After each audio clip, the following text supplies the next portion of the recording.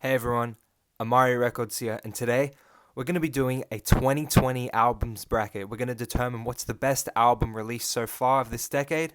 So yeah, let's get right into this. Starting off with two Metro albums, we got Savage Mode 2 and Heroes and Villains. Now, I really enjoy Savage Mode 2. I think people heavily underrate it. You have some great 21 performances on here. It's like some all-time songs for him, like A Many Men, Runnin', Glock in My Lap, of course, that was huge. And then Heroes and Villains, though, I think I'm gonna have to put this through. It is arguably the best trap album of the decade, or one of them.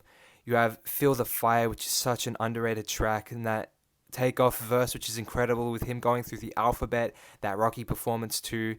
Then, of course, you got Travis's highlights on the album with something like a Niagara Falls, Raindrops. Oh my goodness. Yeah, Travis on Metro albums, oh my god, he's usually always the MVP. Um, Superhero is such an anthemic track. The horns on that track sound as good as they did when they came out a couple years ago. Yeah, I think I'm going to have to go with Heroes and Villains here. Alright, next up we got 2000 versus The Off Season. Now, these are two incredibly strong albums. 2000, like Savage Mode 2, it's heavily underrated in the community. I think a lot of people do love it, but a lot of people also underrate it just because it is in the shadows of 1999, which is one of the best albums of the 2010s. Or it's the best mixtape, I think. If you want to call it an album, then yeah. But it's one of the best projects, period, of the 2010s. But on 2000, my God, just look at the outro with Written in the Stars. Joey's pen on that is incredible. You have Brand New 911 with West Side Gun, which, oh my God, that's a match made in heaven. Like, that's such a good duo. And the production on that, again, incredible. It's just such a luxury song.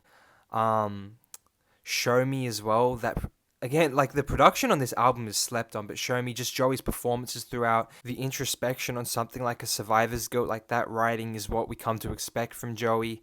Wanna Be Loved with Jid. But then if we go to the off season, man, this is like Cole harkening back to that mixtape era and giving us a modern iteration of one of those. Like, it's hard to ignore how incredible the off season is. And then even the more introspective cuts, like a Let Go My Hand, where he's talking about his sons and how he understands that one day they're gonna grow up, and Cole's last fight, and just the introspection on that song is amazing. The production is heartfelt. But then you opening up with 95 South, that is such a vicious, vicious Cole song. He absolutely rips it. Then you've got Amari, which, I mean, you can see what the channel's called, and you might wonder where I found that name. Take a guess. Yeah, so you got Amari on there. There's a bit of personal bias. Hunger on Hillside is such a special song to me. The idea of resilience and the persistence and just to keep on going. I love that track. Interlude as well. The climb back. If you haven't gone through the climb back on Genius, like that whole I flip, like exclamation points line, incredible. I think I have to give this to the off season. I can't not. This is a huge contender for me. All right, next up we got Blue Lips versus Her Loss. Her Loss, I'm not the biggest fan of that album. I feel like it kind of came and went, apart from a song like Middle of the Ocean, but I really don't find myself revisiting it too much. Like, the Rich Flex meme was cool, and that was funny and stuff, but I don't know. It just feels like it just doesn't feel like it has anything against Blue Lips. Like, I feel like in every single category, Blue Lips kind of clears it. Production, Blue Lips. Rapping performances, I don't think it's any question. Like, come on. Blue Lips is going to be making a big push, I think. So yeah, or will it? I just looked at what the next one is. We'll get to that in a sec. But yeah, Blue Lips, everything from your Blue Slides to your Ohios to your Nunus, to your Foes with like Absol. The features on it as well. Like, Travis's feature, don't get me wrong, on Pussy in Millions is great, and that beat switch, like, it's such a cool transition. It's a good feature. It's a good song, but I don't think that Travis feature really has anything against the features on Blue Lips, whether it be Freddie Gibbs, whether it be Absol. Even Rico Nasty had a really cool feature on Pop. Yeah, I have to give it to Blue Lips. Like, come on, your Blue Slides, and even if we're going like with the two deepest songs on the album, like A Middle of the Ocean versus a Blue Slides, I'm sorry, but Blue Slides absolutely clears it. Ooh, okay. This is gonna be a tough matchup, or is it? No, I'm just kidding. Yeah, these are two of the best albums of 2020, without a doubt. We got Pray for Paris and Alfredo. Now, both have Alchemist production, obviously, because Alfredo is an Alchemist collab with Freddie Gibbs. Um, where do I even start? Let's start with Pray for Paris. I think you are getting incredible production throughout it, whether it be on something like a Party in Pop Smoke with the Tyler production, your 327, your 500 ounces with that owl beat. Oh my god, the sample in that. Al is just a monster. Of course, you're getting that monstrous Freddie verse on 500 ounces. Joey and Tyler both ripping their performances on 327. Westside Gunn is proving on this album why he's a master curator and why Griselda was able to go on to get the success that they've got. And if this was against any other album, it would be advancing. But what we are up against is what is arguably the best album of the decade in Alfredo. Like, come on. The better Tyler feature, these are career high features from everybody on Alfredo, but even just ignoring that, Freddie's cadences on this album, as well as like his technical raps, I don't think you're finding much better throughout the decade. Like, there's very few rappers who are fucking with Freddie on this album. Like, just listen to a 1985, listen to a God Is Perfect, his cadence on that song, holy shit. And then just, again, something to rap about. That's one of the best songs of the decade. And then you get that Tyler feature as well. That's probably a top 3 Alchemist beat for me as well. Yeah, I think, and Skinny Suge, holy shit. Freddie's writing on that. Yeah, we gotta go Alfredo. Okay, next one. Call Me If You Get Lost versus It's Almost Dry. I think It's Almost Dry kind of has a similar problem to 2000 by Joey Badass, with it being in the shadow of a Daytona. And I think Daytona is a much better album, more consistent, more concise, just way better album than It's Almost Dry. And that's not to say that It's Almost Dry is a bad album. You have such high highs on here, like a Diet Coke. That Ye production is immaculate. Then Brambleton, I love for what Pharrell did on there. Neck and Wrist, that Jay feature is one of the best of 2022. Jay going in and talking about the commission, like that's an incredible feature. I don't mind Rock and Roll with Cuddy and Ye either. I think we got to speak about Ye's production a bit more, because that production on Dreaming of the Past, that is a serious beat. Probably one of the best of 2022. Then with Call Me If You Get Lost, on the other hand, you could say that this is Tyler's best rap album. I don't think that's really a debate. Like, obviously you got Flower Boy, but I don't think Igor can really constitute as a full rap album, because it is such a genre-bending and diverse album in the soundscapes and performances you're getting. But on a Call Me If You Get Lost, you're getting Hot Wind Blows, you're getting that Sir Boldier intro, and even Fishtail. If you haven't heard that, it's the outro that's on the vinyl. That's an incredible song. He's using a Westside Gunn beat as well. I love how DJ Drama is dispersed throughout the album. It just gives it such a lively feel. It's a very luxury feeling album. Whilst I'm not the biggest fan of something like a Lemonhead, I don't mind it. It's not the worst song I've ever heard. I do think that overall this is a stronger album than It's Almost Dry. So that will be advancing. Two of the most underrated albums of the 2020s now. We got Few Good Things by Saba and Magic by Nas. First off, I just want to say Few Good Things, the outro on Few Good Things, is one of my favorite songs of the decade.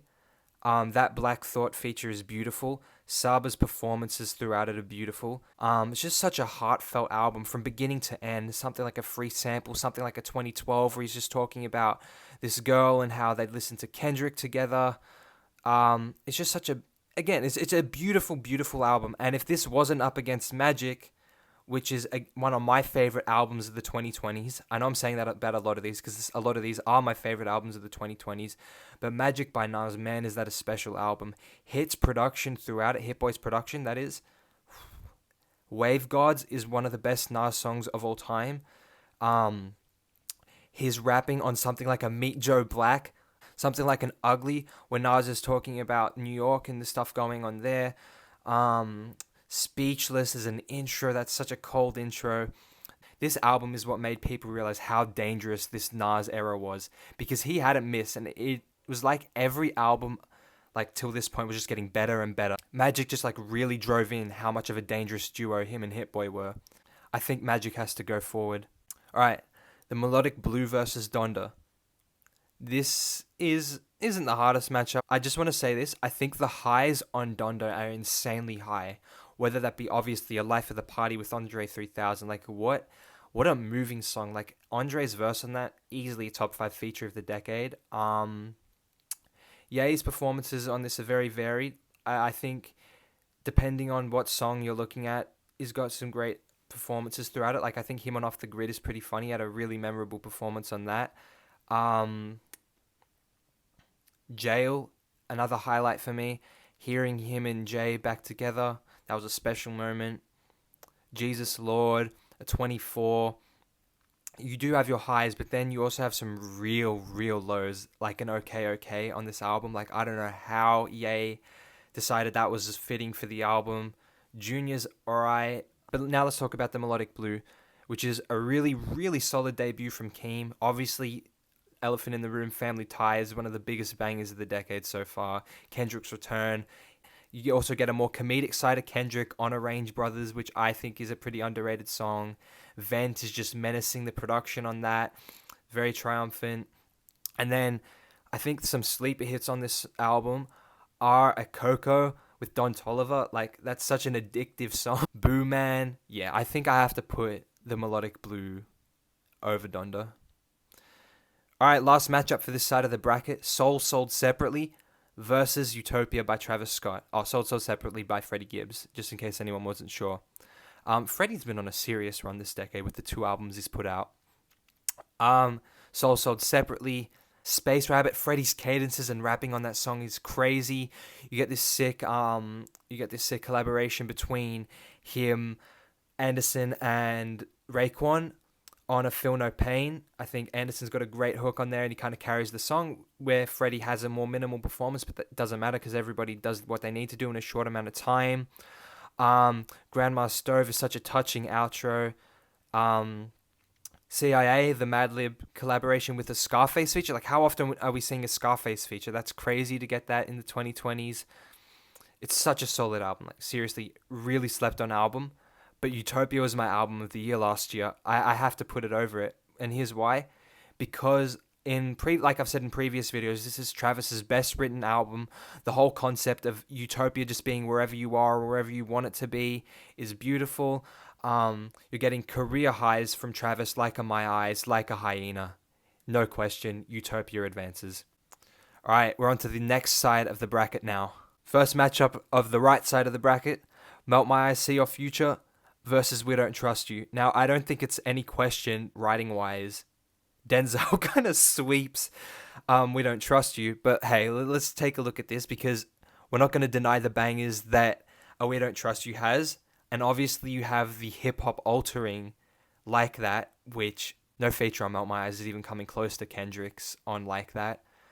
But I can't get over how well written and how well performed Melt My Eyes, See Your Future is. This, in my opinion, is Denzel's best album ever. Melt Session Number 1 is one of his best songs ever as well. The writing on that, Denzel talking about mental health throughout it. Walking, which is, oh my god, don't get me started on Walking. Yeah, Melt My Eyes, See Your Future is going through. This could be a pretty big contender. Next up, we got Cheat Codes versus The Forever Story. I love Belize with MF Doom on Cheat Codes. Aquamarine was released as a single before the album came out, and the second I heard that song, I was like, yup, this is going to be an album of the year contender, and sure enough it was. Black Thought's giving you incredible rhymes as always. His performances are flawless. Then we're getting to The Forever Story, which proved JID is like that guy. He's the guy to keep an eye on. He's the guy that's going to continue on hip-hop at this great level. And then just even ignoring JID's rapping performances for a second, look at something like a Cody Blue. What other MC is giving you singing performances like that? JID's flows on this album as well. Opening the album, like obviously Galaxy is the opening, but Radar, holy shit. JID is just menacing. JID is vicious. JID rips every single verse that he has on this. And even on the more personal cuts like a System M, Crack Sandwich, where he's talking about growing up with that many siblings. Yeah, Forever Story goes through. Okay, now we got Man on the Moon 3 versus Mr. Morale and the Big Steppers. I don't know if you can see the poster right behind me. I love Cudi. I love Cudi so much, but like, bias aside, let me give my reasoning. Mr. Morale is the best written album of the decade. Mr. Morale covers such a wide range of topics. The subject matter of this album is unlike anything I've ever heard.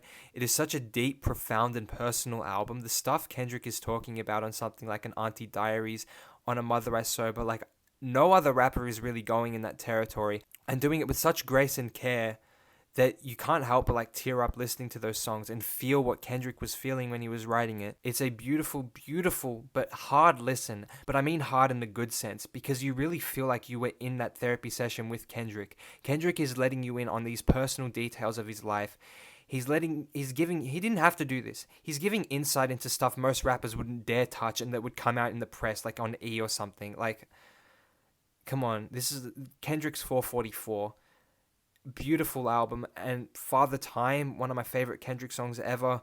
That Sampha hook. Crown as well, with Kendrick realizing that he can't please everybody, and that kind of like ties into his whole 5-year gap, that he had to do things for himself. He couldn't put out music if his heart wasn't in it. And then of course Samira, which is the perfect outro to an album like this, with Kendrick finally feeling free, looking at himself in the mirror and finally seeing a man freed from all of his past traumas. And the whole dancing around the problem metaphor that pops up through the tap dancing in it.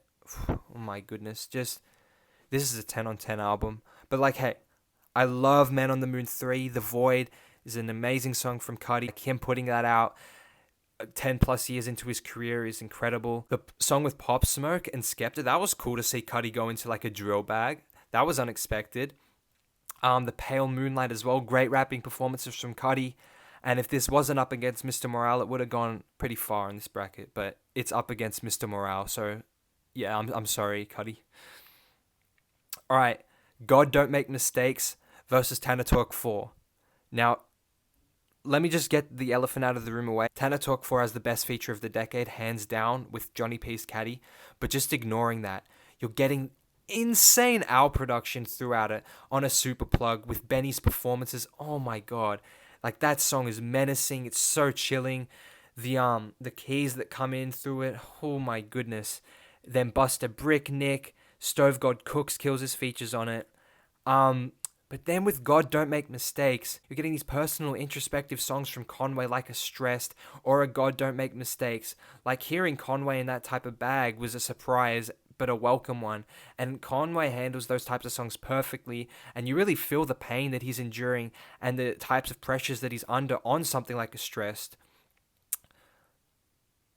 Oh, this is the hardest matchup so far for me.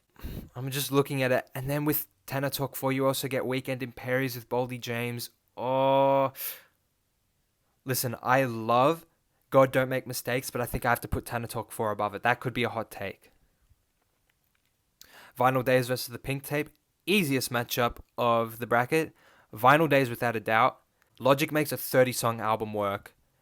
The Pink Tape is the most bloated album I've ever heard. Need I say more? What, you got Flooded the Face on there? That's about it. Vinyl Days, we'll get to that in the next matchup. I'll talk about it a bit more. Ooh, okay. This is another hard matchup. Voir Dire versus Scaring the Hose. Now, I know a lot of people had Scaring the Hose as their album of the year for last year, which is understandable. You're getting highlight tracks throughout it. Kingdom Hearts Key, Garbage Pail Kids, Shut Your Bitch Ass Up, Muddy Waters, Ho. Like, JPEG really fucking outdid himself production-wise. Danny on the rapping side as well as JPEG. Obviously, they both had incredible performances throughout it. But I love just how concise and to the point Voir Dire is. Voir Dire is exactly what you'd expect from an Earl and Al collab. Nothing but just straight heat. And it's just a bite-sized album that I chuck on a lot when I'm on the train or just doing stuff. And like, I can just zone out to and really absorb everything. I think my favorite track between the two albums, this might be a hot take, is Mancala with Vince Staples. I think the gospel-inspired production on that is beautiful. And even songs that are only on the CD of Voir Dire, like a Geb, I feel like they're a bit better than the highs on a Scaring the Hose. So for that reason, Voir Dire is advancing. Alright, last two matchups of this first half of the bracket. We got King's Disease 3 by Nas versus Burden of Proof by Benny. Two Hit Boy produced albums. what I think is so incredible about King's Disease 3 is that it is a featureless Nas album 3, 4 decades into his career. Like, what the fuck? And it's arguably his best of the decade and one of his best ever.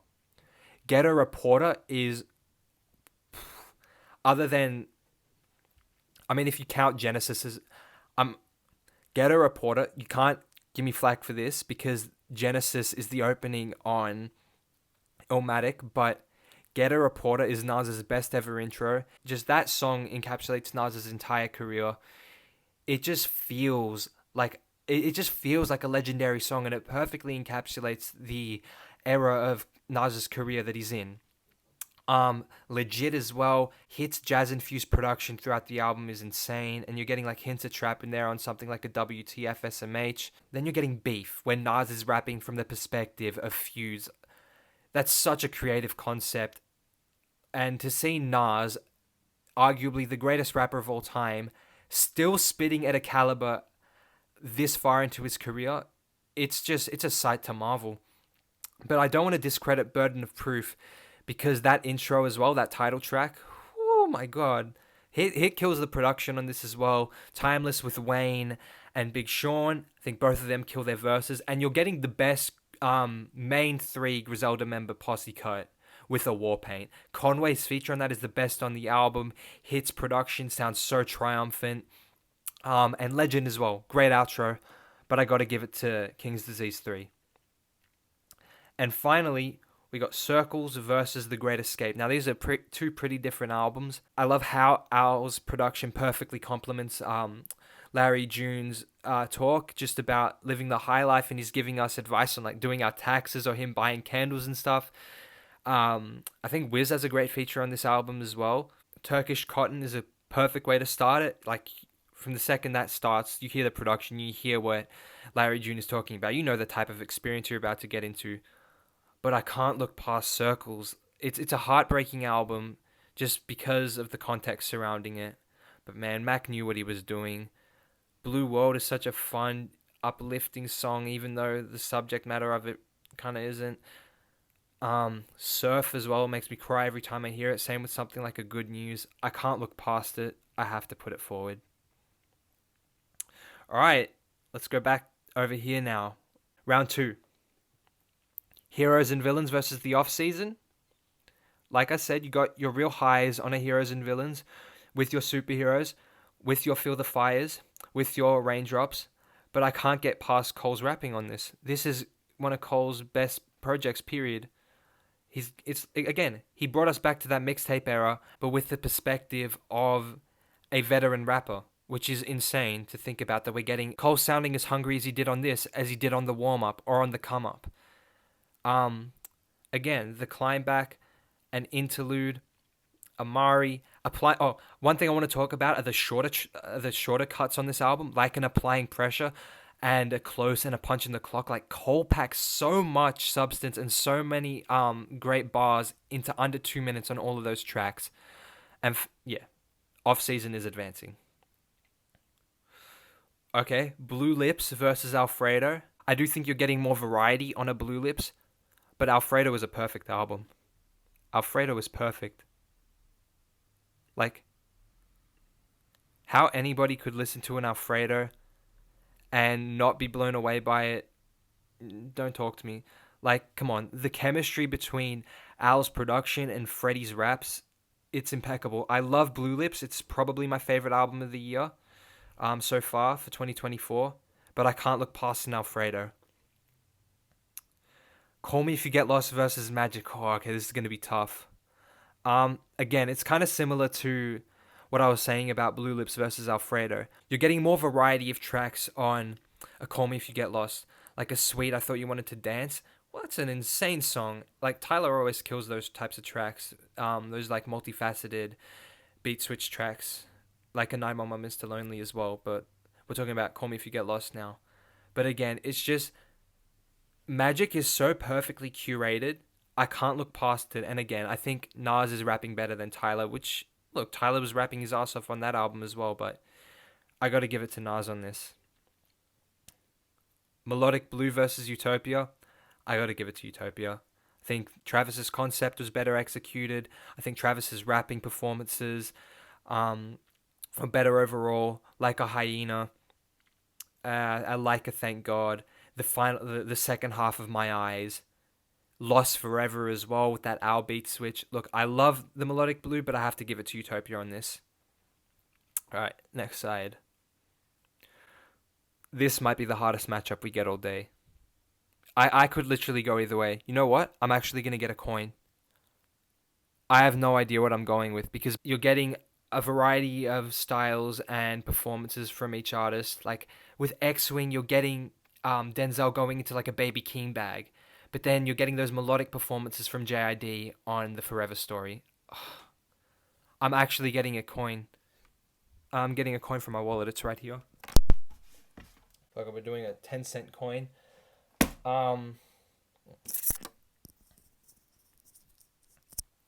Right. Denzel is heads just because his head is on the cover and the Forever Story is tails. Let's go. What was it? Melt My Eyes is advancing. It got heads. Alright, Tana Talk 4 versus Mr. Morale. Sorry, Tana Talk. It's time for you to bounce. Mr. Morale is advancing. No discussion needed. Okay, this is an interesting matchup. Voidia versus Vinyl Days. I think Vinyl Days is a severely underrated album from this decade. Like Logic gives you this classic feeling mixtape, which is great to see from him. Like it was his comeback album after Bobby Tarantino 3, so it was a good change of pace for him. Like you're getting really great tracks throughout it. Like a 10 Years with Royce, Tetris, Decades. Logic is rapping his ass off throughout the album. Both of these are really fun listens as well, but I think Voidia is better written. Production-wise, it's pretty even. Like, I think all the producers on Vinyl Days do their thing. Logic handling the majority of it. He does his thing, but I'm going to have to go with Voidia. Oh, this is just as hard as the Melt My Eyes Forever Story matchup. KD3 versus Circles. Again, like Honor Circles, you're getting more of a variety of tracks. It's like you can't even really categorize it as a rap album because of how many different types of tracks Smack is giving you on this album. But KD3, though, Nas putting this out so far into his career, being able to carry it with no features. But I suppose Mac does that as well for the most part on Honor Circles. Like you get people popping up, but it's really just I'm just like going through my favorite tracks from each. Like it's a Ghetto Reporter versus a Surf. You got everybody though on Circles. Oh my god. I'm gonna put Circles through because of how unique this album is and just how touching it is.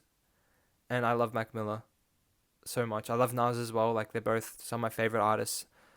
But I just think because we've also got Magic on this tier list, I want to see Mac come through a bit more. So we're going to put Circles through. All right. Oh my god, these are going to be some hard matchups. The Off Season versus Alfredo. Okay. I'm actually going to do I'm just going to oh my god, do I have to pull up both track lists and just go side by side with them? Like this one's so hard. I think the best song from the two is Something to Rap About, production-wise, if we're going by production. Rapping performance-wise, they're neck and neck. Like, I think if we're talking strictly bars and, like, technical abilities, I think Cole gets the edge. But production, Alfredo, oh my god. I think I got to put Alfredo through. This is my favorite Freddie project, but with Cole, my favorite projects are For Your Eyes Only in 2014. Like, this would be third place. But, like, I do stand by what I said. I think Cole has better raps on the off-season, but what's pushing Alfredo is its production. That's arguably the best produced album of the decade. Oh, okay, this is an interesting matchup. Magic versus Utopia. You know what? I love Magic. I really do. I've got it on vinyl. I've got a lot of these albums on vinyl. What am I saying?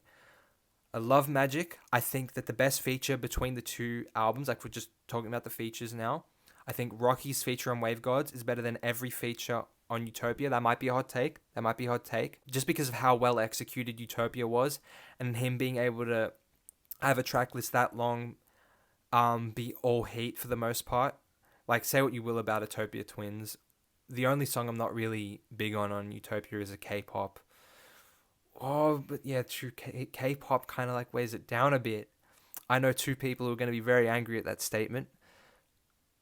But then you're also getting things like a Hollywood Gangster or Woo for the Children. Like, they're so...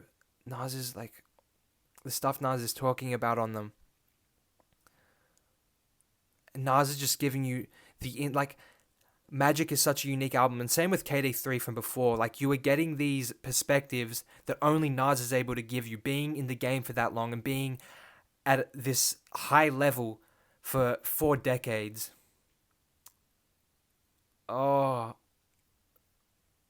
but Travis, again, it's kind of like Cole with the off-season. Like, Travis went back to his roots of those old mixtapes and is rapping his ass off on them. Like, I'm not saying he's rapping better than Nas. Obviously, Nas is a better lyricist than Travis, but like that's not to discredit Travis's rapping abilities on this. Like, they're two very different artists. Like, go through a Hyena. I think from a technical like cadence and flow perspective, Travis was essentially flawless throughout Utopia.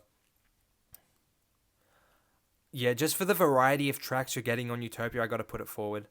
I'm sorry, Nas, but you know what's funny? I think I would have actually put KD3 over Utopia, but I put Utopia over Magic. So if the bracket was arranged differently, it could be different albums here. Melt My Eyes, See Your Future versus Mr. Morale. These are the two best written albums, arguably, of the decade so far. As much as I love Melt My Eyes, See Your Future, it's such a special album to me. It's like one of my favorite albums of all time. Mr. Morale would rank higher for me personally all time. And just what that album means to me, that album has gotten me through some hard times as well. A Father Time. I can't ignore the things like A Father Time or A Mirror or even a Count Me Out. Whoa, oh, I forgot about Count Me Out, yeah. The highs, as high as the highs are on something like a Melt Session 1 or a Walking, there's more highs for me on a Mr. Morale. And for that reason, I'm putting it above it. Final matchup, Circles versus Voidia. Circles. I don't think it's really a question. Such a touching album. I love Voidia. I think I've made that clear. Sorry, I didn't mean for that to rhyme. Sorry for those bars. Um, Again, Al's production, flawless throughout it. Earl's raps, they're subdued, but he's packing so much into them, so much emotion. But Circles is Circles. And that's one of Mac's best albums, and just how touching it is. It's got to go through. All right, semis. We're in the semis. Alfredo versus Utopia. It's really gonna. This comes down to personal preference because they're such different albums. If you want to mix a psychedelic and gritty raps, like you'd go to something like Utopia. But if you just want one of the best producer rapper albums of all time, you'd go with Alfredo. Like a Scotty Beam, a Frank Lucas. Like, come on, I think the best song between the two, as much as I love My Eyes, again, I think the best song between the two albums is a Something to Rap About. That is a serious song right there. Freddie's rapping on a 1985 or a God is Perfect is better than any of Travis's rapping performances, like from a technical perspective. And again, that's not to discredit Travis because he rapped his ass off on a Hyena, on a Thank God. Even on Till Further Notice, like that's a great outro. But Skinny Suge as well. Alfredo is in the final. I'm sorry, Circles. You had your run, but you're up against Kendrick. Again, both have such touching tracks. Both have these beautiful songs surrounding mental health. But Mr. Morale, the topics it's covering and how personal it is for Kendrick and just what it means to his overall discography, it's in the finals. And honestly, it's going to win the grand final. I think I've spoken about them enough. Look, production wise, I understand why people would give it to Alfredo. Like, I'd probably do the same. But just conceptually, I don't think Alfredo was touching Mr. Morale. And there you have it. That is the end of our bracket. Mr. Morale is our winner. Let me know what you guys think and what would have won your bracket if you did it. Let me know where I took some L's, where I took my W's. I hope we get a bit of discourse in the comments like we did on my last video. But yeah, thanks for watching if you made it this far. Please like and subscribe. I'm going to try and do weekly uploads. We'll see what happens. But yeah, peace out. I'll see you guys next time. Bye.